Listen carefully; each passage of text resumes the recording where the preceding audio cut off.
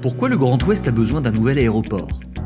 Eh bien notamment parce que c'est les Pays de la Loire et la Bretagne qui sont les deux régions françaises les plus dynamiques sur le plan économique.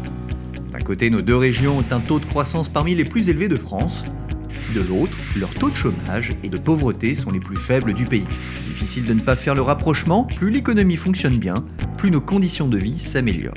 Si on veut maintenir ce dynamisme économique, il est indispensable de transférer l'actuel aéroport sur un site adapté à l'essor du trafic. Ce transfert, c'est un investissement profitable à plus de 8 millions de personnes, l'équivalent de la Suède.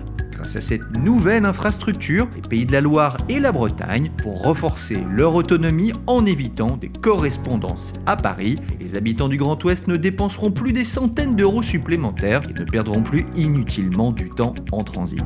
Plus de 50 destinations régulières desservies depuis Bordeaux, Toulouse, Lyon, Marseille ou Nice, et pas encore depuis Nantes, où 100 vols ont été refusés aux compagnies en 2014, 250 en 2015, le potentiel de développement est réel.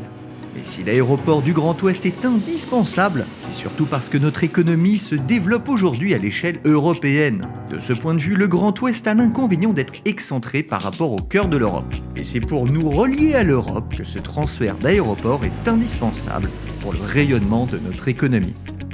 Plus de 150 000 entreprises du Grand Ouest sont situées dans un rayon d'1 heure du nouvel aéroport et leurs dirigeants, leurs commerciaux, leurs salariés ont fréquemment besoin d'effectuer des allers-retours dans la journée et pas uniquement sur Paris.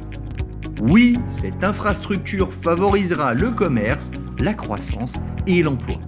Le 26 juin, pensez-y, votez oui au transfert de l'aéroport.